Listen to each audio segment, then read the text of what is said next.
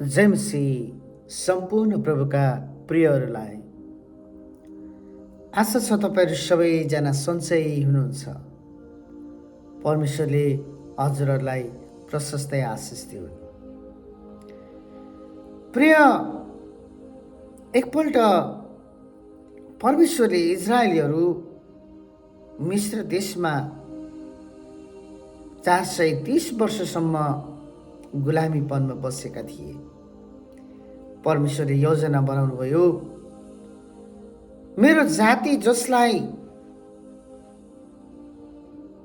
मिस्र देशमा गुलामीपनको जो पीडा सहन परेको छ, अब म उनीहरूलाई छुटाइदिनेछु। प्रिय, जब परमेश्वरले यो कुरा उनीहरू कराएको चिच्याएको सुन्नुभयो, तब उनीहरूप्रति परमेश्वरले दया देखाउनुभयो। उहाँको हृदय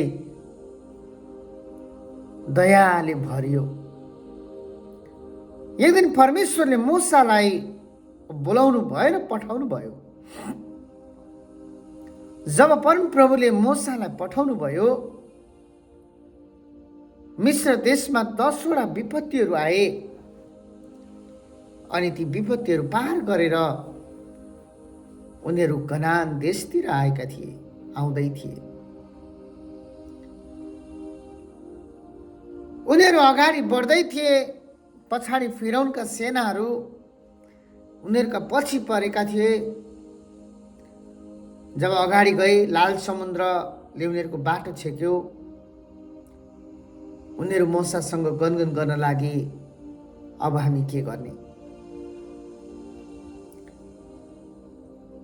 प्रिय, जब यो कुरा परमप्रभुसँग मूसाले प्रार्थना गरे, परमप्रभुले भन्नुभयो, लाल समुद्रमा आफ्नो लाठी राख। जब उनले आफ्नो लाठी लाल समुद्रमा राखे, परमप्रभुले लाल समुद्रलाई 2 भाग बनाइदिनु भयो। उनीहरू सुक्खा भूमिबाट भएर गए। प्रिय, धेरैपल्ट हाम्रो जीवनमा यस्ता कुरा आउँदै गर्दा, कठिनाइ आउँदै गर्दा, परिस्थिति आउँदै गर्दा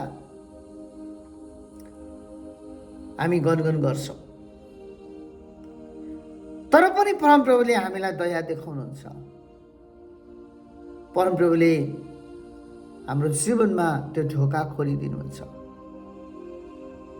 आज पनि म तपाईँलाई भन्न चाहन्छु, परमप्रभुले हाम्रो जीवनमा फेरि नयाँ ढोका खोल्न लाग्नु भएको छ।